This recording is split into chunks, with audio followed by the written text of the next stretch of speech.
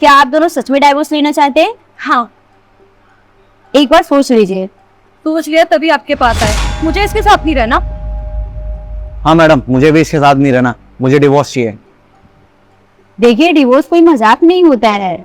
एक बार इस बच्चे के बारे में तो सोचिए, क्या इस पे इफेक्ट पड़ेगी? वाह, देखिए आप अपना काम करिए। मैं इस आदमी के साथ नहीं रह सकती जो बात बात पे मुझ पर शक करता है, मुझसे लड़ाइयाँ करता है, मुझे समझने की कोशिश नहीं करता।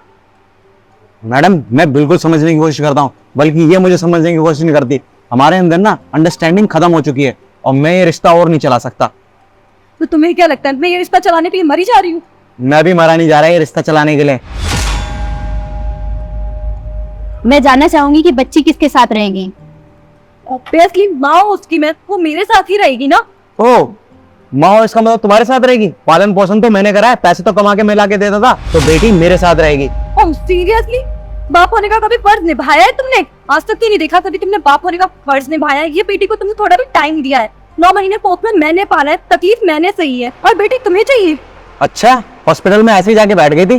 पैसा किसने लगाया था उसमें? हाँ बेटा, इसको ना डिवोर्स दे दे। और वकील साहब, आप काम करवाइए, आपका काम है डिवोर्स दिलवाना।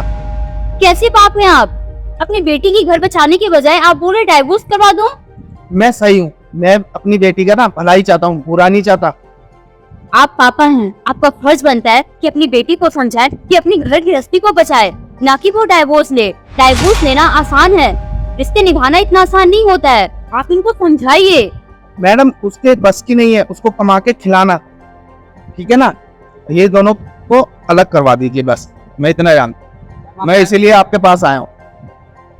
मैम, आप डाइवोर्स करा ही दो। मेरा भी भाई कोई भूखा नहीं मर रहा इसके बिना, उसके बिना भी वो खुश रहेगा।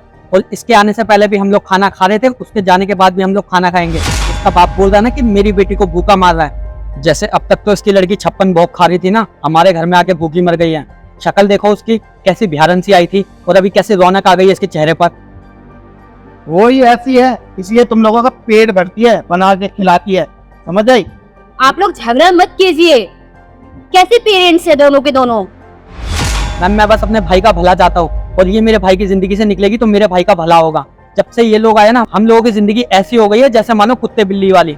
चैन से एक पल के लिए रह नहीं पाता है। सुबह सुबह इसकी लड़की किलकिल करती है। पता नहीं कैसा बाप है, कैसे संस्कार दिए इसने हमारी बेटी को। कुत्ते बिलाई थे तुम पहले, ठीक है ना? मेरी बेटी के बस कीजिए।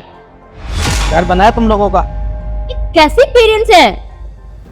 वो तो दिखी रहे आप। अच्छा मैम, सुनिए वकील साहब, मेरी पोती मेरे साथ रहेगी, ठीक है ना? ये मेरी पोती की कस्टडी मेरे हवाले होनी चाहिए, और मेरी बेटी हमारे घर का खून है, वो हमारे घर में रहेगी। और वैसे भी जो बाप अपनी बेटी को नहीं पाल सकता, वो हमारी भतीजी को क्या पालेगा? हमारी भतीजी हमारे साथ रहेगी, और मैं भी देखता हूँ कि तुम लोग कैसे लेके जाते हो। मैं भी देख लूंगा, यहीं पे बैठा हूँ मैं भी। 1 मिनट आप लोग शांत हो जाइए। ये मैं बच्ची से पूछती हूँ कि वो किसके साथ रहना चाहती है। देखिए मैम, वो बच्ची है, उसे दुनियादारी की कोई समझ नहीं है, उसे सही गलत का भी नहीं पता है। मैं उसकी माँ हूँ और मुझे पता है मेरी बच्ची की किसने भलाई है और किसने बुराई। बहुत अच्छे संस्कार दे सकती हूँ, और अकेली माँ अपने बच्चे को पाल सकती है, पर अकेला बाप नहीं।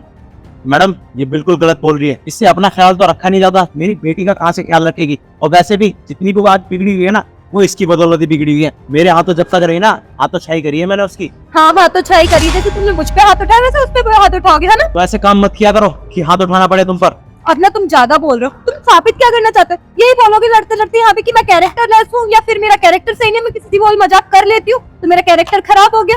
यही प्रॉब्लम है मैम इसकी, ये मुझ पे ट्रस्ट नहीं करता। इसीलिए मैडम, इसीलिए मैं डिवोर्स लेना चाहता हूँ, क्योंकि ये ना मेरी बातें नहीं लगने देती और मेरी हर जगह बेइज्जती कराती है। मुझे इसके साथ और नहीं रहना, मुझे डिवोर्स चाहिए। देखिए, आप डिवोर्स साइन करवाइए और मेरी बच्ची की कस्टडी मुझे दीजिए। देखिए मैम, मेरी बात को समझने की कोशिश कीजिए। शादी कोई मजाक नहीं होता, एक पवित्र बंधन होता है। और आप खुद सोचिए कि आप दोनों जो कर रहे हैं उसका प्रभाव आपकी बच्ची पे क्या पड़ेगा। क्या वो जिंदगी में कभी किसी से शादी करना चाहेगी? वो डर जाएगी, वो सहमी हुई है बच्ची, उसको नफरत हो जाएगा इन रिश्तों से।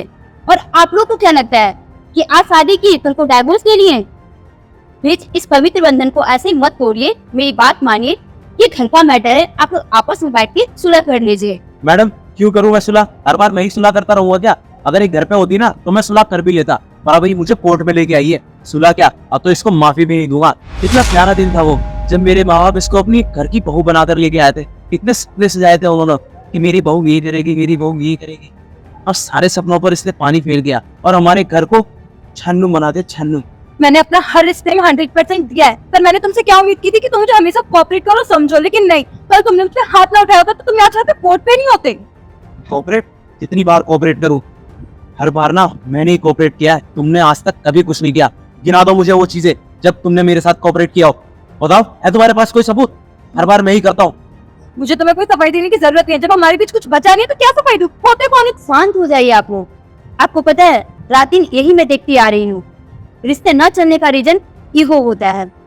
लड़का बोलता है लड़की मुझे नहीं समझती, लड़की बोलती है लड़का मुझे नहीं समझता। अगर एक दूसरे को समझने लग जाए ना तो शादी के रिश्ते कभी टूटेंगे ही नहीं।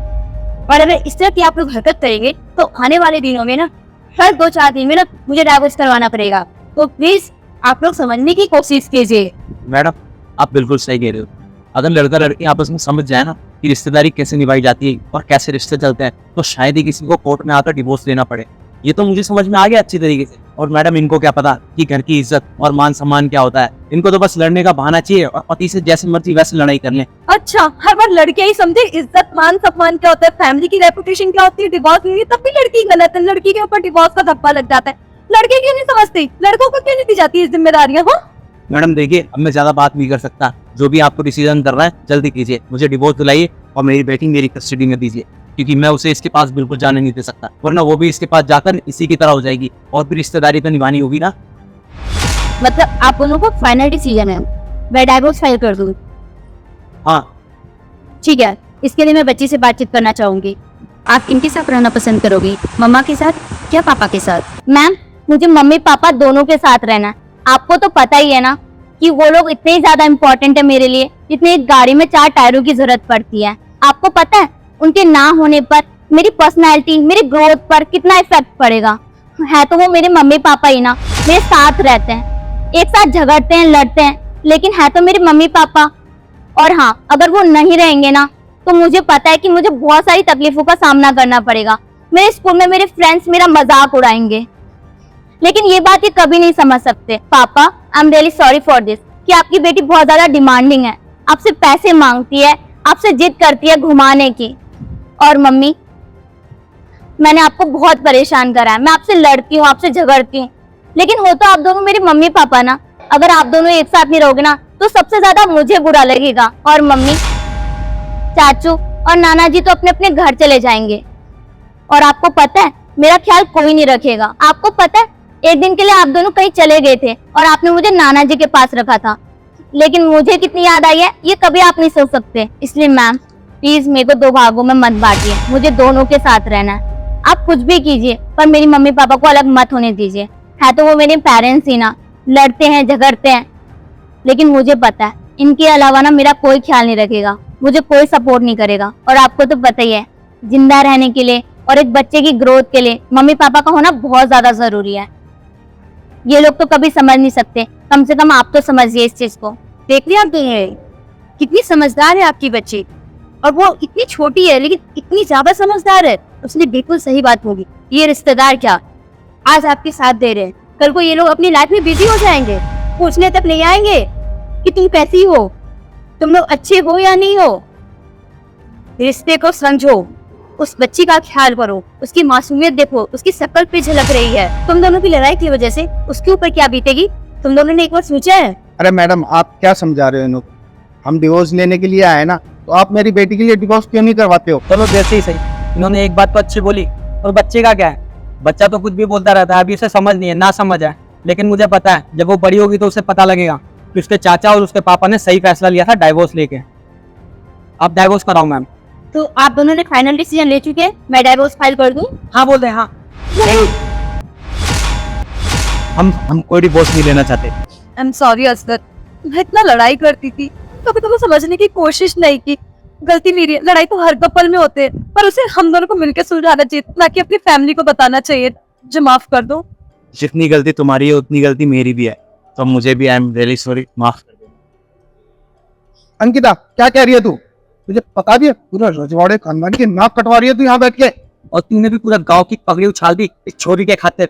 पूरा गांव बोलेगा कि कोई छोरा कैसे चोरिया के कदमा में झुक गया। ये राजवाड़े खानदान की बात कर रहे पापा, हमारा रिश्ता खराब हो रहा था तो आपको समझाना चाहिए था। तो पति पत्नी में लड़ाइयाँ होती है, तुम दोनों मिलकर सुलझाओ।